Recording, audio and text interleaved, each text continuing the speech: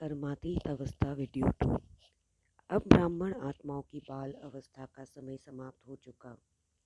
युवा अवस्था में मायाजीत बनने की विधि से महावीर बने, सेवा में चक्रवर्ती बने, अनेक आत्माओं के वरदानी महादानी बने, अनेक प्रकार के अनुभव कर महारथी बने।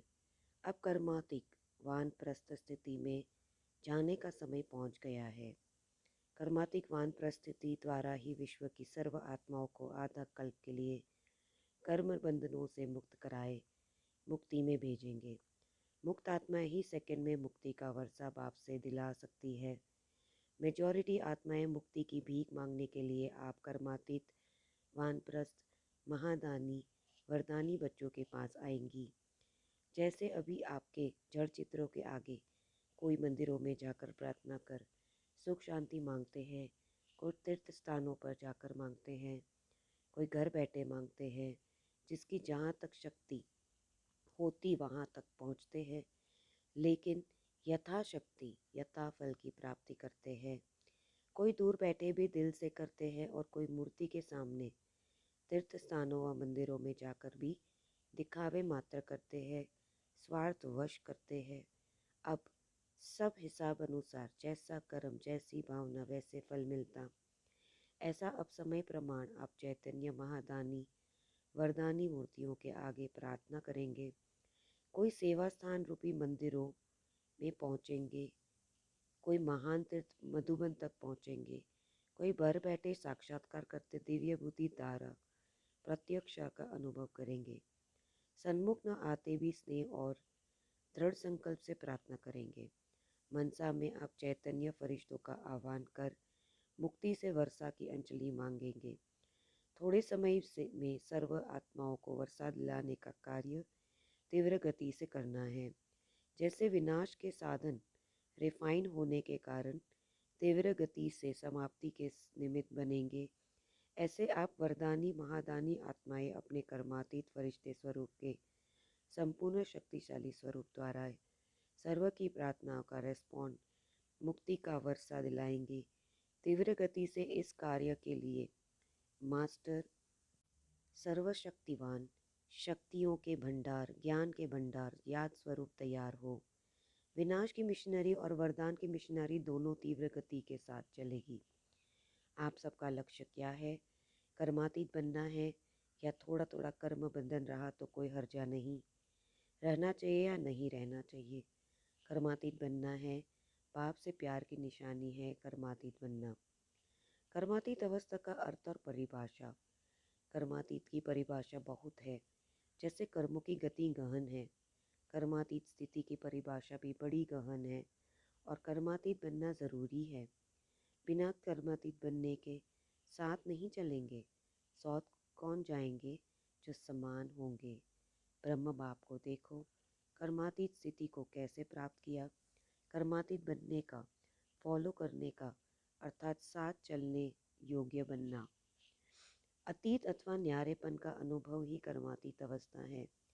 बच्चों की विशाल दिल देख, बच्चों को सदा विशाल दिल, विशाल बुद्धि, विशाल सेवा और विशाल संस्कार, ऐसे सदा विशाल भव का वरदान भी वरदाता बाप दे रहे हैं।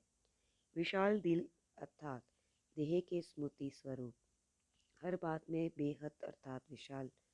जहाँ बेहद है तो कोई भी प्रकार की हद अपने तरफ आकर्षित नहीं करती। इसको ही बाप सम्मान कर्मातीत परिश्ता जीवन कहा जाता है। कर्मातीत का अर्थ ही है सर्व प्रकार के हद के स्वभाव संस्कार से अतीत अर्थात न्यारा। हद है बंधन, बेहद है निर्बंधन। तो सदा इसी विधि के सिद्धि को प्राप्ति करने रहेंगे। सभी ने स्वयं को जो संकल्प किया वह सदा अमर है, अटल है, अखंड है अर्थात खंडित होने वाला नहीं। जैसे साकार रूप में बाप के लिए समझते हैं कि लोन ले आए, उसी समय अनुभव अभी होता है। अभी आते हैं मेहमान बनकर। यूँ तो आप सभी भी अपने को मेहमान समझते हो, लेकिन आपके और बाप के समझने में फ़र्क है। मेहमान उसको कहा जाता है जो आता है और जाता है। अभी आते हैं फिर जाने के लिए। दूसरे शरीर में प्रवेश हो, कैसे कर्तव्य करना होता है, यह अनुभव भाव के सम्मान करना है। दिन प्रतिदिन बच्चों की बहुत कुछ सम्मान स्थिति होती जाएगी। आप लोग भी ऐसे अनुभव करेंगे, सचमुच जैसे लोन लिया हुआ है। कर्तव्य के लिए आप मेहमान। जब तक अपने को मेहमान नहीं समझते तब तक न्यारी अवस्था नहीं हो सकती। जो ज़्यादा न्यारी अवस्था में रहते हैं उनकी स्थिति में विशेषता क्या होगी? उनकी बोली से, उनके चलन से उपराम स्थिति का औरों को अनुभव होगा। जितनी ऊपर स्थिति जाएगी उतना उपराम होते जाएंगे। शरीर में होते हुए भी इस उपराम अवस्था तक पहुंचना है। बिल्कुल देह और देही अलग महसूस हो, उसको कहा जाता है याद से संपूर्ण स्टेज व योग की प्रैक्टिकल सिद्धि। बात करते करते जैसे न्यारेपन कीजिए, बात सुनते भी जैसे कि सुनते नहीं, ऐसी भासना औरों को भी आए। ऐसी स्थिति की स्टेज को कर्मातीत अवस्था कहा जाता है। स्व पुरुषार्थ का बैलेंस या गति कभी कभी कम होगी। उसका कारण क्या? करणहार के बजाय अपने को करावनहार समझ लेते हो। मैं कर रहा हूँ। जो भी जिस प्रकार की भी माया आती है उसका गेट कौन सा है?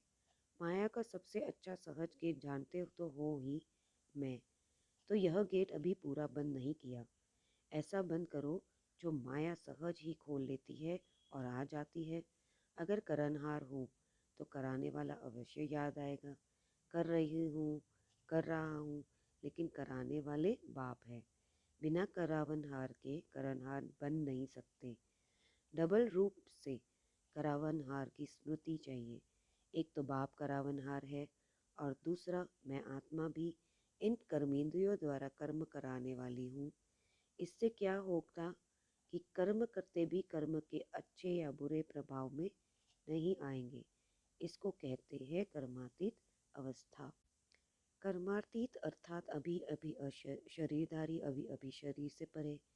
जैसे एक सेकंड में स्विच ऑन और ऑफ किया जाता है, ऐसे ही एक सेकंड में शरीर का आधार लिया और फिर एक सेकंड में शरीर से परे अशरीरी स्थिति में स्थित हो सकते हो। अभी अभी शरीर में आए फिर अभी अभी अशरीरी बन गए, यह प्रैक्टिस करनी है। इसी को ही कर्मातीत अवस्था कहा जाता है। ऐसा अनुभव होगा जब चाहे कोई भी वस्त्र धारण करना व ना करना वह अपने हाथ में रहेगा। आवश्यकता हुई धारण किया, आवश्यकता ना हुई तो शरीर से अलग हो गए। ऐसे अनुभव इस शरीर रूपी वस्त्र धारण कर और कार्य कर रहे हैं। कार्य पूरा हुआ और वस्त्र से न्यारे। शरीर और आत्मा दोनों का न्यारापन चलते फिरते भी अनुभव होना। जैसे कोई प्रैक्टिस हो जाती है, लेकिन यह प्रैक्टिस किनको हो सकती है? जो शरीर के साथ व शरीर के संबंध में भी जो भी बातें हैं, शरीर की दुनिया, संबंध व अनेक जो भी वस्तुएं हैं उनसे बिल्कुल डिटैच होंगे।